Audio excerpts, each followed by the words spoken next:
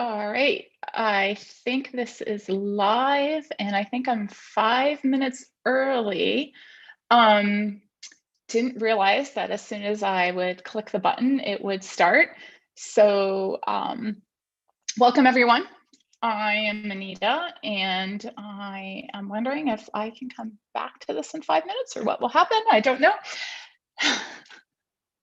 So this is my first time hosting a live. So I am a little bit getting used to the technical pieces of it. And while I'm waiting for Estelle to get on at 8:30, let me tell you a little bit about my books. So I have 4 books that are riddles and rhymes. These are 3, and this is the 4th one. And I think the best way for me to fill 5 minutes of time until hopefully Estelle can make it, since I got on early, is to share some of the rhymes and riddles that I have inside to read. And I know when Estelle comes on, we're going to talk a little bit more about Kids Move and Learn and some reading activities and ideas. So this is just a couple of ideas to share about these for you to have fun with your kids and listen to if you want. So each book has a bunch of themes, and a theme has 8 riddles inside. And the one that I am holding right now, I have the theme babies, which is kind of fun for kids. And so I'll just read a couple of them. And the way I used to do it, also to share, the way I used to do it when I would started doing this with young kids in the classroom, I would give them each a picture or something to hold, or even older kids, I would write the words down, and then they would have to try to guess what they are when I'm reading it, or I would give them the words ahead of time. And okay, so let me see if you can guess what these are. When they go in this to play, soap and water cleans this way. Lots of fun will make them laugh. With some bubbles, they take a, so it rhymes with laugh. It is bath. All right, so let me go on to another one. Ooh, this one's kind of funny. Actually, wait, I changed my mind. I'm going to do this other one. Babies do this all the time in the house or shopping line. They need help is reasons why. Noise and tears is how they, did you guess? Rhymes with why. All right, you're gonna do another one. I see, thank you. I see the comments that you got the first one was bath. Did you get the second one? Babies do this all the time in the house or shopping line. They need help is reasons why. Noise and tears is how they cry. Exactly. So Estelle should be here any minute. So I'm just filling some time with some of the riddles that I have to entertain some kids if you have around, or so you could see what are inside my books. Let me switch to another topic now. So especially going back to school season, I was thinking about our shopping for clothes. Kids and parents are always shopping. And so I have a theme on clothing, which is interesting because there's not a lot of different words that rhyme with some of these topics. And I will share about a little bit in a little while why rhyming is a really great thing for young children to learn about. So clothing, let's see if you can get this one. Often girls wear one of these, like a princess if they please, not for wearing with a mess. If you wear your fancy.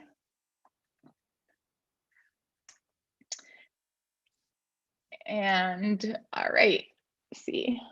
I'm glad you love the riddles.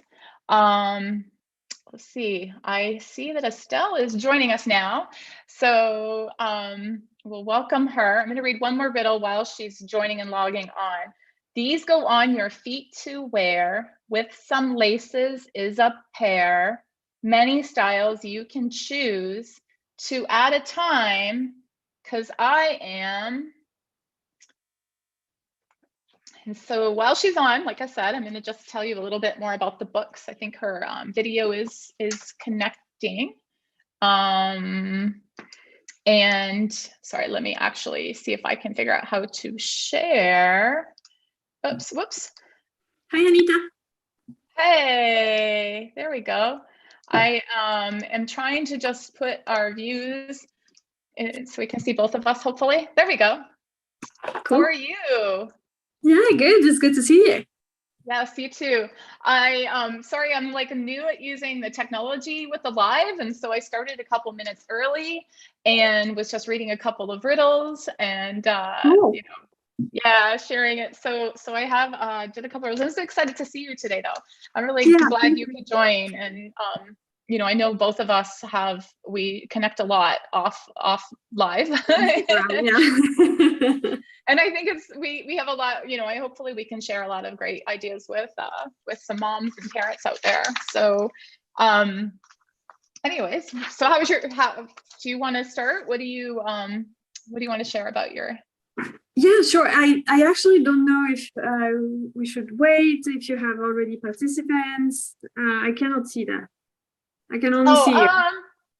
Well, I can see there's a couple of people that are on with comments and stuff. And so since it's like 9:31, I guess we could start. And then the thing is like, yeah, so actually, and, you know, just want to say thank you to those of you that are watching and either, you know, live or later on, because it's really, Estelle and I are just really happy to just be helping other parents. I mean, both of us are moms, so we come with that mom's lens, but you know, honestly, it's about helping anybody who wants to help a young child, especially with reading, and some, you know, ideas to just that moms could do at home. And so that's what our goal is today.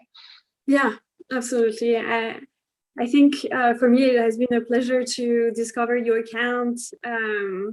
I've always, well, you have two accounts. You have yourself, the Anita Vermeer, and you have the Kids Move and Learn.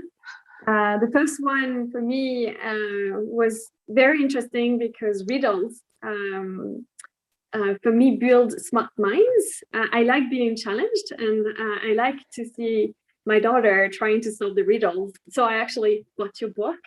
I think I have it with me. Yeah, here. It's been used. But oh, that's great. I did buy it. But yeah, I like how we can challenge the mind with your riddles, and it's perfect for a 6-year-old like my daughter. And then I discovered your Kids Move and Learn account, which is awesome because this is exactly what I'm looking for, early literacy tips, as I have also a daughter who is turning 4 tomorrow, so she's starting to learn how to read. So yeah, exchanging with you, I was very interested to learn more about your tips as a teacher, to learn how to read. And recently in your blog that we published on my website, you mentioned about the PALS acronym. That is really interesting. And I wanted to know with your own words what the PALS acronym stands for and why it can help children learn how to read. Great. Well, you know, kind of what I was saying with the riddles and rhymes when I was just starting is that there's a lot that happens with young children up to the age of 5. And, you know, research shows that like 90% of the brain is developed by the age of 5. And so that's why it's just so important to give them the experiences to help sort of set that foundation. And so just to kind of clarify for the audience too, is yes, I have like 2 accounts, right, that I really am passionate about and I share. And so, and one of them, you know, the Anita Vermeer 27 is really, you know, narrowed on just the early literacy, which is like, you know, why I had started the rhymes and the riddles, because of specific experiences that I was creating at Circle Time when I was working with toddlers. And, you know, years later, I turned them into these books. But my other bucket is the Kids Move and Learn, which is really encompasses any early childhood, especially toddler and preschoolers, for simple ideas for moms to do at home. You know, it also can work for toddler teachers and things like that. But you know, really coming at it from the lenses as a mom, you know, why I started Kids Move and Learn and why I came up with the PILES acronym was kind of in the idea that when you're like a busy mom you're trying to do everything for your kid. You're trying to constantly do so many things. And it's actually, you know, when you stop and you sit back and you look, you're like, you can actually simplify things. And so what I've been really thinking a lot lately is some of that early education I had when I was in my early 20s working with toddlers. And I got taught the PILE acronyms. And, you know, imagine like anybody, right? When you're 20 years old, you know, you're still sort of new to like being a mom or being in the world of like, you know, of educating other kids, right? Even if you're a teacher. And, you know, the word piles like sticks with me. And so the reason what it stands for is physical, intellectual, language, emotional, and social. And so what I kind of realized and what you know, Kids Move and Learn sort of focuses on too is that if you just think about those 5 things, you can add in simple ideas that actually connect to learning in any way. And it doesn't have to be just one or another, but you know, it's about that whole child. Because, you know, when children get to school and they get to kindergarten, they have standards. There's a lot of regulations and stuff that will make sure and help them, right? But it's like, as a parent, what can we do before they go to kindergarten? And if you just think about the piles, those 5 things, you know, it's really simpler to come up with ideas on what you might want to do to get your child to go somewhere. So I don't know. I mean, if you want to talk a little bit more about your blog, and then I can fill in some more information on what you're thinking about, what you would like the most about it. Well, maybe you can give us an example for the P, for instance, physical, how you implemented it either in your classroom or with your own son. Oh, sure. Actually, well, you know what the thing is for the physical, one of the things that I like is the simple game. You guys all know, probably you've heard the game musical chairs, right? And, you know, musical chairs, where you put all the chairs in a line and then you play the music. It's a really great game for 8 to 10-year-olds, right? Because somebody gets out and somebody falls and whatever. But if you do it without anybody getting out, and you do it with letters, like blue tape letters on the floor, or pieces of paper on the floor, and you play musical letters, you can put the music on, you dance, and when the music stops, you find a letter. Well, that's physical because you're making the kids move around. It actually also does connect to some other buckets of learning that doesn't always fit nicely into the piles is self-regulation. And so like one of those buckets is self-control, which actually does somewhat connect with emotional and social of having self-control. And so when you play a game like freeze dance, you're also tapping into those, you know, emotional and social sort of norms that you want to encourage, like stop and listen, right? Without like, I mean, a kid stopping to the music and playing a game. It's exciting, right? They're not stopping to have to listen to directions, but you can start to teach that skill of how to stop and listen with music. And they're looking for letters on the floor, you know, and then you start it also, and here's where the L part can really fit in, the literacy is because you can start it with using the like describing like what they're doing, like, oh, you're standing on the letter, you know, talking about it. And then the intellectual piece really comes in because you can identify the letters, especially if you start with their name. You know, so if my name is Anita, I would, you know, or my name as Anita, put the letters A and ITA on the ground and play freeze dance with my name. And you can mix them up. You can put them in order. You can do whatever you want, right? Or you can put, you know, mom and dad, like put letters like that around that, or their siblings' names. So yeah, and actually, before I can go on about this stuff all day, but talking about name, you know, this is what really draws me to your account and to your journey of name, because you know a lot of what you do with you know with my lead books is about a child's name. So tell me more about that, and then I can, like I said, I can share always, but. So my ebook was born from my own personal experience so I had dyslexia and struggled very much to learn how to read. I had sad experience trying to learn how to read. I remember myself crying every day in kindergarten and first grade because I just couldn't learn my letters. And so when my daughter at 3 was considered by the teacher as a slow learner, I was like, oh, there are things I need to do. To be fair, the mindset I was in was, as a mom, I don't know how to teach early literacy. So this was the role of the teacher to actually help my daughter learn the shapes, the numbers, and the letters. So yeah, when the teacher told me that my daughter was a learner, it was a wake-up call. It just brought back memories of my past, and I was like, oh, I need to do something. It's like, when you're learning how to drive, you wish your parents actually helped you all along, because in my case, my parents didn't. So I had to take many, many hours of driving lessons, like 40. It cost me so much money, and it was so stressful to take that test. But if I had learned with my parents over multiple years, it would have been just so simple. But it's the same for early literacy. Actually, as parents, we have an advantage over time.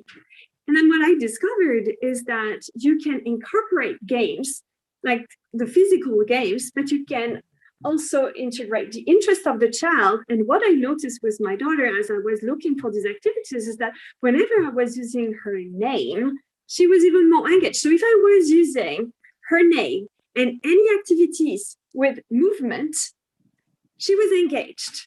And then I was like, how can we do that? How can we merge all of this? And the teachers was a new teacher, actually, we changed school, was recommended the books.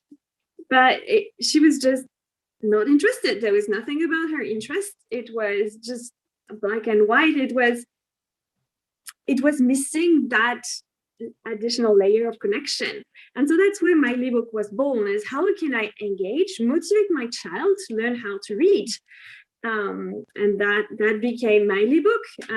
I made sure that the books were featuring my daughter, meaning like the same name, the visual representation, which I call an avatar, and the favorite color. And that becomes that's one of the book. Amy's fan. Love it. Awesome. And so this is like a book for those who know, like really short words, very short book with the name of the child and like the physical appearance and a lot of humor. Because also what I learned is to increase engagement, whatever, include the name of the child, include humor, and include some type of child's interest. As most children actually like animals, and that's really practical with the English language. There are so many animals that have 3 letters. So the dog, the cat, the pig, the fox, all of these animals are combined into adventures that the reader, who is the hero, lives through different adventures. And to add the physical piece that you just described, I actually have printables that go along with the books that encourage movement. So for instance, I encourage building words. They can cut the letters, or they can actually take sticks in the fork and build letters, build words.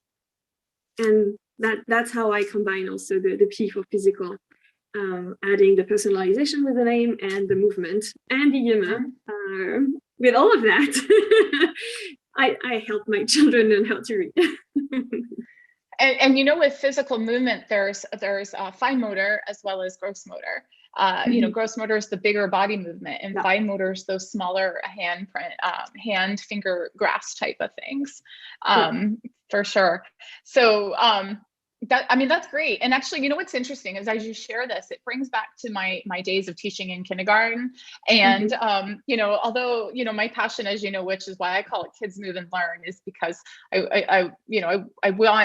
I want children, I should say. So used to using the word students when you get to the older kids, right? But I want children to be able to actually physically hands-on do things, because the younger they are, the more sensory oriented they are. And but the idea of when they get that transition of ages 4 through 6 is transitioning into being a little bit more paper oriented and things like that. And that's why a couple of things what you're sharing is right, the reading and the piles. You can teach reading, which I'm going to share some more ideas later on how to even do things with 2-year-olds, but you can start with 2-year-olds without an actual paper book of some sort. And then when they get to being 4, your daughter, 3, 4, 5, then it's great to sort of transition them into those hand-on books and words that really those sight words and those repetitive words that like your book rhymes, like you have a lot of rhyming. All of your books have those rhymes in it, because that's a really important pre-literacy skill. I say pre-literacy because when you talk like ages 3 through 5 and they're still trying to figure out the sounds and things like that, that's why people identify it as that. But yeah, back in kindergarten days, I remember teaching kindergarten days, that's what we would do, because we would have like 20 kids in a classroom. And so, 5 kids might be with you doing a small group lesson. 5 kids might be doing reading the room and reading letters, which is actually a great idea that I was sharing before, I think, in your blog, like where you can read the environment, looking for letters in the world, looking for letters, so we'd have like a group do that. And then we'd have another group that would be like at the table cutting letters and maybe, and building things. And then the other group would be like just reading on their own or coloring, and everybody does everything always differently. But if you think about it as a mom, if that's where they're going to go when they're 5 years old, 6 years old in kindergarten, there's lots of those things you can do with them one-on-one, just to build in that love for reading. Yes. So, yes. And to share with the idea of a 2-year-old, I used to do that, with my son. My son's name starts with the letter D, and he didn't really know letters and words, right? But he knew that like when we were making gifts to someone, and I remember when we were wrapping Christmas gifts, every single time I'm going to be like, look, I'm going to draw a heart, and look, it says love mommy, love, or love his name every single time on it. And he would then point to it. And then like the next day, if he saw a Christmas present under the tree, he knew that those words had a meaning.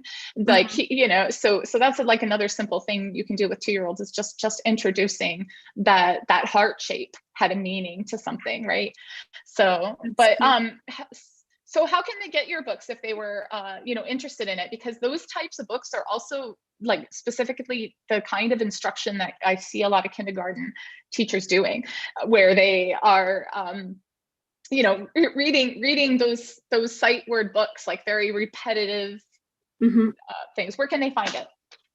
Yes, so the website is Miley Book. I think it's reversed. I can type it in the chat. Let me type it in the chat. Oh yeah. My lead. Whoops. Can tell I'm not very good at doing multitasking live sessions yet. So, but thank you everybody. So there we go. Awesome. So people can find that in there. And don't forget too, if, people, I should have mentioned this at the beginning, but if anybody really loves this, we would really appreciate any likes or subscribes or, comment. And then that way you can put your questions in the book, in the comments, and then we can respond and reach out. So if we don't get to it now, we'd be happy to answer questions afterwards. So don't forget to do that. Thanks for the encouragement. I see people are making comments. A couple of people are like saying they love the ideas and love the that we are sharing. So tell me a little bit more also about your like the printout with the movement, like they would cut out letters, and then what would they do with that? Yeah, I can show you actually. So so for instance, this one is a maze. I try to combine games with the letters, and you see this one is letter P and the shape. So this one, for instance, it's reversed unfortunately, but like the child cuts the boxes at the bottom, and then they glue to the correct letter, and then they pronounce the sound of the letter red. Yeah, this book is. I love your accent. I'm from Canada, remember, and being from Canada, I know. I have the French background, so it sounds a little home to me. Yes. Yeah, that's the interesting part. My daughter's French. Like, no, mommy, this is not exactly the way you pronounce it. That's so cute. Yeah, but what's interesting about sounds like of that is that's why it's so important for young children, because phonemic awareness or phonological awareness, those are things that come before phonics. Like a lot of people and moms think, oh, I'm going to teach phonics, or I'm going to look up phonics, and like those two kinds of things are really important to do in their sounds before they're 3. To start. I mean, think about it. How many nursery rhymes and books and songs rhyme? Even as an adult, when we listen to music, pop radio, it rhymes, right? Yeah, absolutely, it does, and it's actually it sounds good. It sounds good, right? And it makes it fun and interesting. And but the great thing about it is, and you guys can message me later if you have questions, but there's like so much research out there to show that having those skills when they're younger is going to help support them. Absolutely. And so it's like you said, and saying those letter sounds is not about, yes, it can be like, oh, this is a letter R and this is letter E and this is letter D, but it's about giving them those exposures, so that they hear them over and over and stuff, Yeah, that was the S social from your blog post. Actually, I was thinking about you last weekend as I was reading your blog post. We had a flat tire and I went with my daughter to fix it. And I was like, okay, what can I do to make sure that she was entertained and not bored? Like toddlers at 40 or teenagers, they are bored in 2 minutes.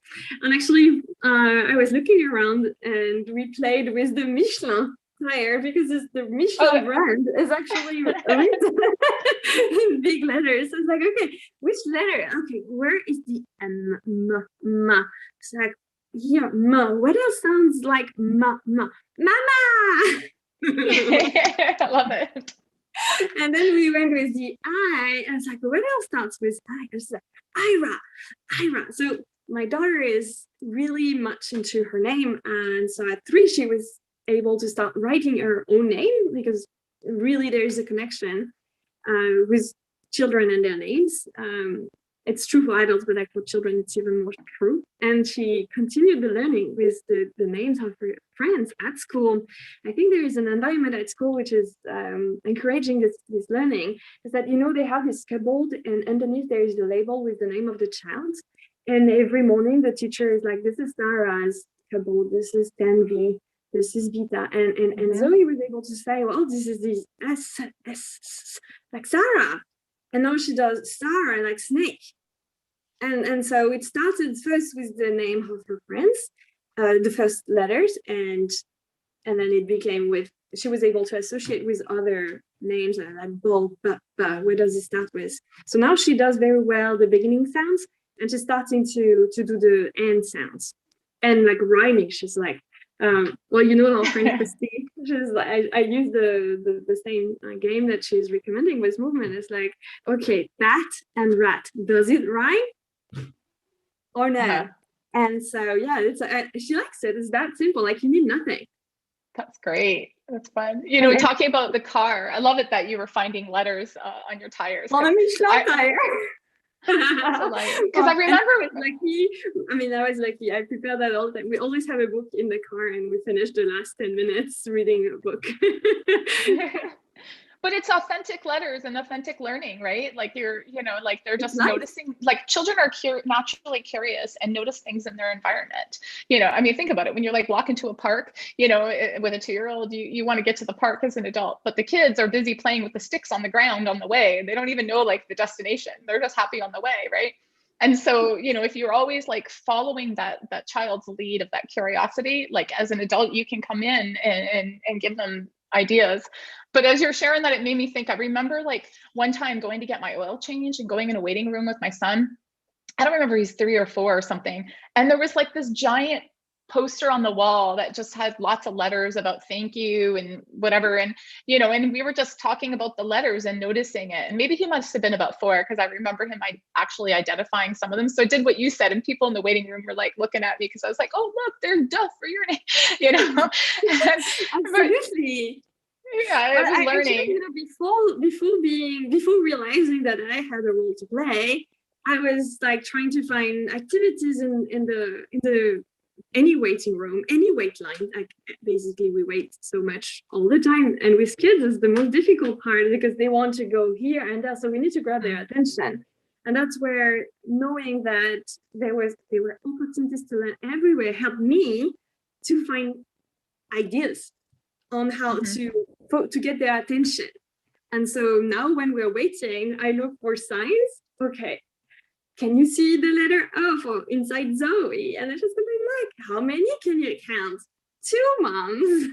But this one is smaller.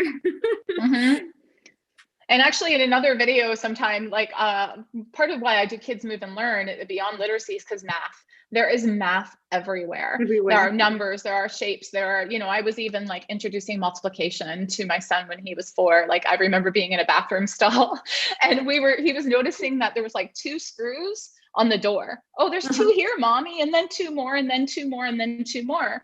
And we were counting by 2s, you know, like I was modeling how to count by 2s, and he was 4, so he was just starting to learn that, you know. And then I was like, oh, look, there's 4 groups, 1, 2, 3, 4. 4 of them by 2s makes 8. Like I'm introducing multiplication to a 4-year-old, not truly, but you know, it's about that number concept that young children, just like the early literacy idea, like you start off with like giving them the exposure of the concepts of it, right? And then you can layer on a little bit more of the skill parts of it as they get that concept. So yeah, and the other thing I was gonna that you made me think of too is the waiting. When you said waiting rooms and waiting is again another reason why I'm so passionate about Kids Move and Learn is because a lot of times when my son was young and I was looking for a preschool, I must have went to 10 different preschools looking to find him a place to go. And I would walk into one place and the kids were waiting in line to go somewhere. And I must have been talking to somebody around the director or something around the corner while they were waiting to go in. And they were there a long time. And they kept saying, well, we're just going to keep waiting. Well, we're just going to keep waiting. And I'm like, oh my gosh, like these 4-year-olds have to wait forever, right? And then it dawned on me, then I'm like at the grocery store later with my son and we're like standing in line to buy something and it's a long line. And, you know, and he's like, oh, I want this, I want that. I'm like, yeah, I know, we have to wait. We can't stop touching. And then it dawned on me, I'm asking him to do the exact same thing that I hated that I saw at the preschool. Just wait, don't do anything, just wait, don't touch. Exactly. And I'm like, wait, are my reasons realistic? No, it's because I'm as a mom busy, like, oh, I gotta get out of here, I gotta concentrate, let me check my email real fast, let me, like, whatever it might be, right? And it dawned on me that it was like, you just gotta stop and be in those moments when be with your kid, be present. And then the next thing you know, like learning happens, connection happens, behavior goes away, and you know, all those things, and just you start feeling, I don't know, just more relaxed about everything when you just like stay in that moment with the child. So that's why I just keep being very passionate about Kids Move and Learn, because I remember feeling anxious about things all the time, and I learned later, like, no, it can be so much simpler than we think, you know? Yeah, I absolutely agree with you. For me, that was also this aha moment. Oh, actually, I can use the energy of these children moving to actually learn or teach things and actually learn myself. There was a game that I wanted to share also. One of the tips I was given by the Montessori teacher of my daughter is, well, you should teach your daughter flashcards. So I bought flashcards, and obviously they are frozen because my daughters, they both love frozen.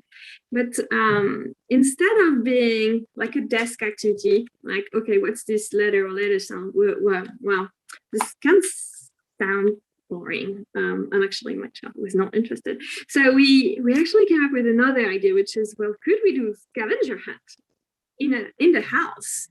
So then this is where, okay, usually I like even the word actually. Okay, so you pick the word. Can you find something in the house that starts with the sound what? There's winter here, but what else? And then they would go in their rooms, and a wagon would actually come, or something else that they would find. And what was interesting is even the piano teacher was doing this with the piano keys. Oh, that's awesome. Like that sounds so fun. C, can you find something that starts with C? And then, like, can you touch the key? C. And so she was wonderful. The key note with the letter C and the sound, and like all of this was all connected.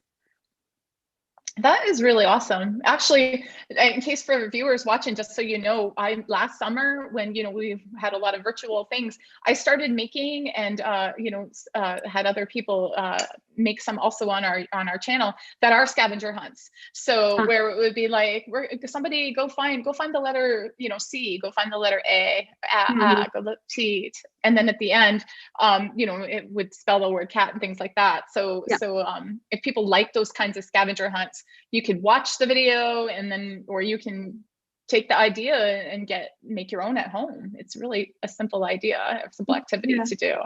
Absolutely. And you could start with just the child's name too, like again, starting with just mom, M and O and another M or something. Although I'll tell you, the letter O is hard for people to find. So besides like orange. So I'd often say, or you can find a letter in a book. So there is O for Olaf, for the big Frozen fans. Oh, right, Olaf. I've been saved all along. Thanks to Frozen.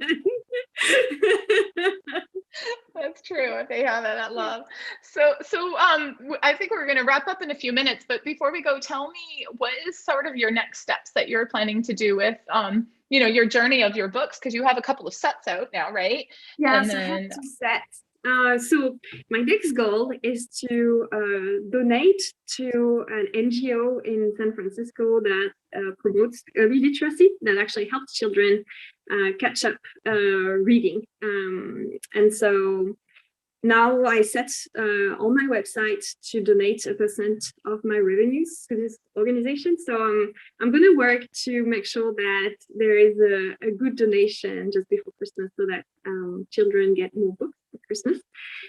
So that's one of my next goals. I will continue to create free printables like the one I was showing, and share more tips. I like writing blog posts, sharing live like this to make sure that many more children get the opportunity to learn how to read. It's such an important skill that we need to promote it. We need to share ideas together.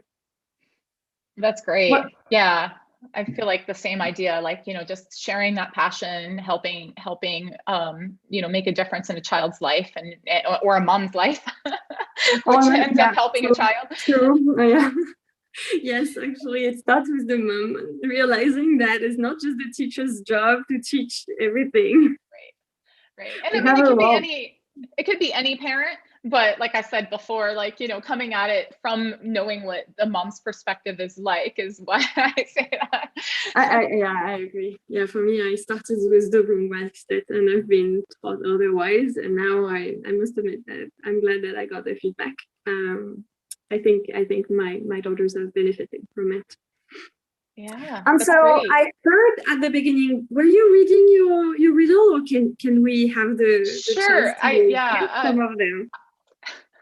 I was at the beginning because my newness with learning technology of YouTube anyways. I had clicked live a little bit earlier before you were able to get on, and so I read a few. I'd like to be challenged. But I will read. So I have three books that I wrote. Yes. And then the fourth one actually is a compilation of all the rhymes and riddles, because I realized as my son was getting older, his stamina of reading was needing a little bit more challenging. And so for, if a parent wanted to do, wanted their child to read more independently or do it on the go, it's a simple idea to do in the car. So I'll read a couple of school riddle themes that from this book. Let's see if you can guess it. Other kids that you must like, to play some tag or take a hike. Fun games you play that never ends when you're playing with your, and it rhymes with ends. I'll do it one more time, but remember the last two rhyme, and the theme is school. Other kids that you must like, to play some tag or take a hike. Fun games you play that never ends when you're playing with your. Somebody want to put it in the chat? Yeah. It needs to rhyme with end. Ends. And it's other kids that you must like, to play some tag or take a hike. So it's about the kids. Fun games you play that never ends when you're playing with your friends. Yes. Exactly. That's right. So, all right, I'll read one more that's maybe a little bit simpler. This is used to write or draw, long and skinny like a straw. Outline a drawing with a stencil, or start your own with a pencil. Stencil. Pencil. Pencil, yeah. Yeah, exactly. It lays me. I was just reading somebody's comments about the friends. I started to write some of them. I think this is really interesting to play with the rhyming words. So yeah, I did one with the pug, I think. It's funny to challenge ourselves.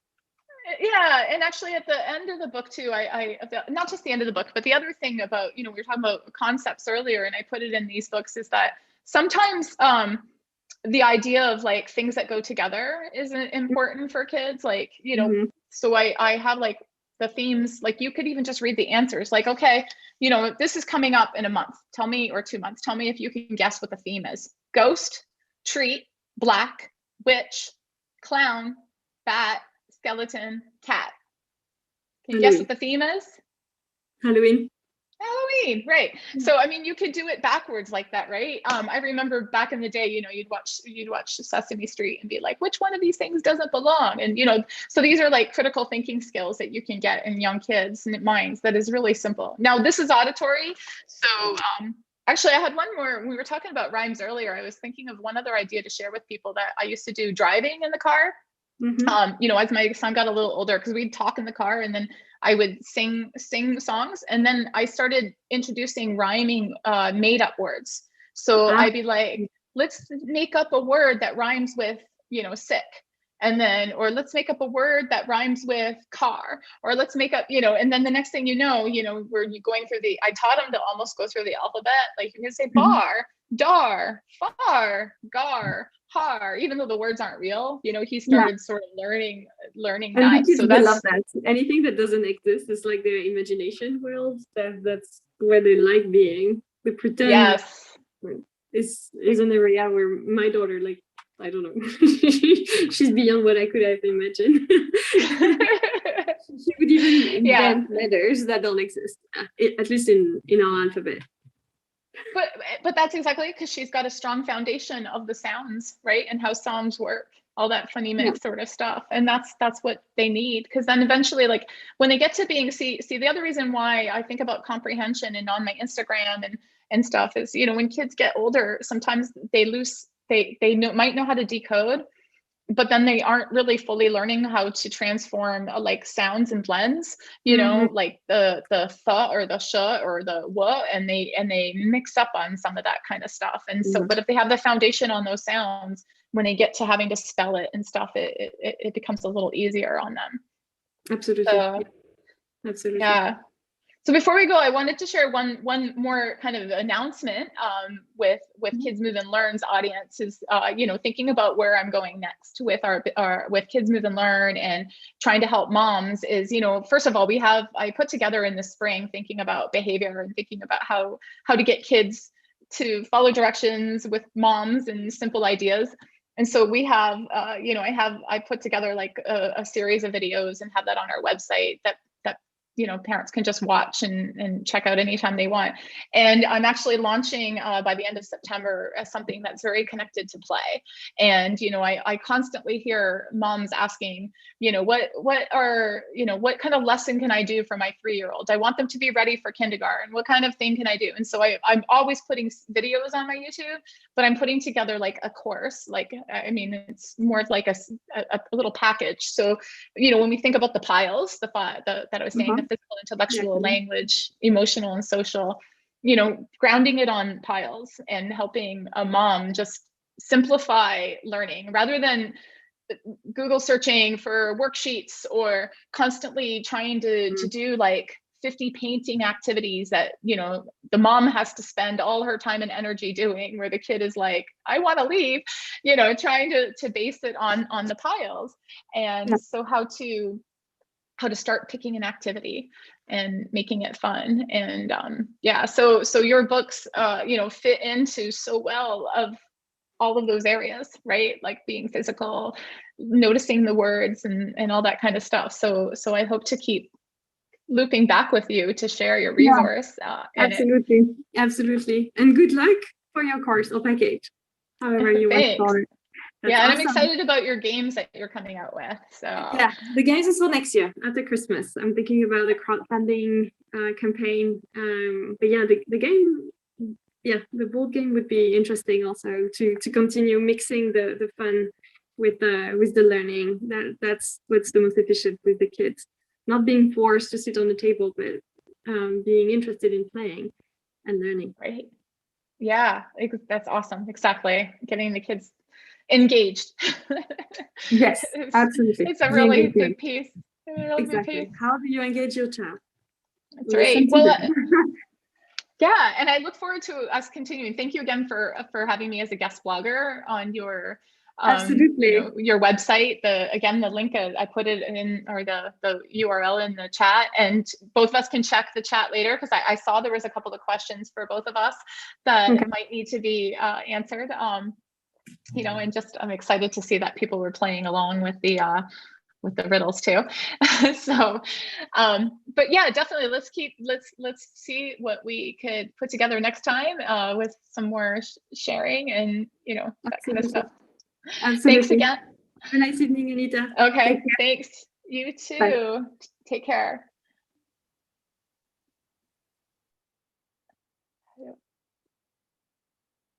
And